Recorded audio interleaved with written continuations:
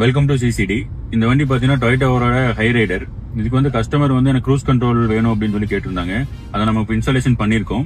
இதுல எப்படின்னு பாத்தீங்க அப்படின்னா க்ரூஸ் கண்ட்ரோல் வந்து இப்போ நம்ம ஆன் பண்றோம். க்ரூஸ் வந்து ஆன் ஆயிருக்கு. இப்போ வந்து பாத்தீங்கன்னா ஸ்பீடை வந்து நம்ம செட் பண்றோம். என்ன ஸ்பீட் செட் பண்றோம்? இப்போ பாத்தீங்க அப்படின்னா ஒரு அரௌண்ட் 60 ஸ்பீட்ல இருக்கு.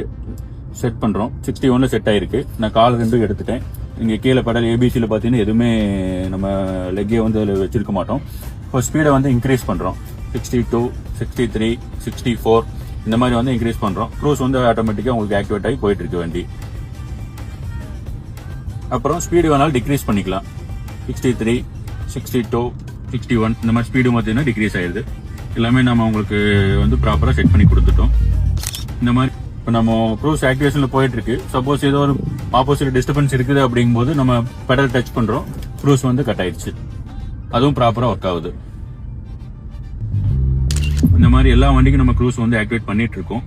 கிராண்ட் விட்டாரா, பலினோ, ஹை ரைடர், அப்புறம் பார்த்துக்கிட்டிங்கன்னா கிரெட்டா, கிட்டத்தட்ட ஒரு 10-15 வண்டிக்கு மேல நம்ம பண்ணிட்டு இருக்கோம். க்ரூஸ் கண்ட்ரோல் ஆக்டிவேஷன் பண்ணிட்டு இருக்கோம். எல்லாமே ஒய் ஃபிட்டிங்ஸ் வச்சு நம்ம பண்றோம்.